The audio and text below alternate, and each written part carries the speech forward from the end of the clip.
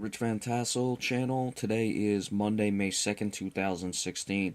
We're going to give you all the recaps from yesterday's games, starting first with the Game 7 between the Charlotte Hornets and the Miami Heat. The Heat winning by 33 to advance 4-3 in the series. Charlotte shot 32% yesterday, and it's reflective in the 33-point loss that they took. 7 of 21 from downtown, which is 33%. That's right at the mark you want to be, because that's the old analytics is that, well, it's not old analytics, it is mathematically a fact that 33% of your 3-point shooting will equate to 50% of your 2-point shooting. So that wasn't terrible, but still only shooting 32.1% from downtown, or from the floor regularly. That means they were 20 of 63 from the floor, which is not going to get the job done. Al Jefferson and Marvin Williams, their front court, which had been effective early in the season, combined for 9 points on 3 of 10 shooting. Not going to get the job done. Minus 51 between the two of them. Marvin Williams was minus 30. He was having a good series, so Game 6 and Game 7, though, he really struggled. Frank Kaminsky III had 12 points and 6 rebounds, only shot 3 of 15 from the floor. Kemba Walker, 9 points, 3 of 16. Courtney Lee, 11 points. Those were your starters. Nicholas Batum, the only guy in double figures off the bench with 10 points. We'll do Miami first and we'll go into the game. Very balanced again from the Heat, 48.3, which is good. Obviously, they had shot a lot better in the earlier games in this series, but 48.3% is certainly fine. 9 of 24 from behind the arc. Goran Dragic finally coming to life. 11 of 17, 25 points, 4 assists, 6 rebounds. Hassan Whiteside, 10 and 12, 5 blocks. Very good.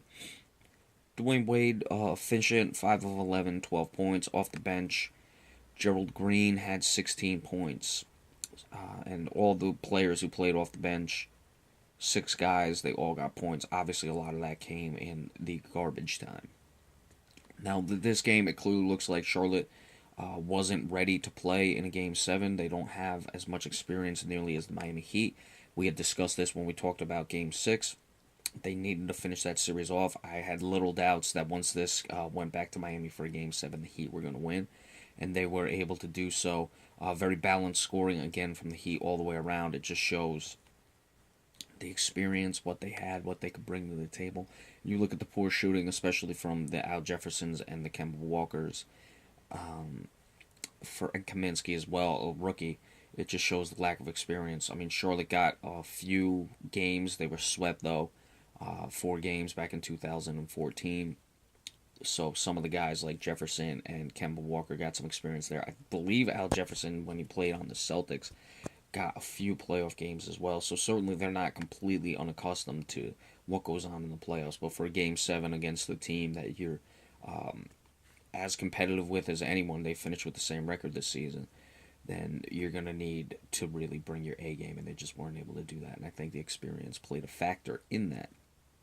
And Charlotte also was not a great road team, so that's why they needed to finish it up in Charlotte, and they were not able to. Alright, so we just did that. We are going to come back and give you the recap of the Trailblazers and Golden State Warriors. Their Game 1, unfortunately, I was not able to give you a series preview. We'll just try to incorporate that, what I'm looking for in the series, with what I saw in the game yesterday. Again, didn't watch much of it. I was running a marathon, caught a little bit of the end of it.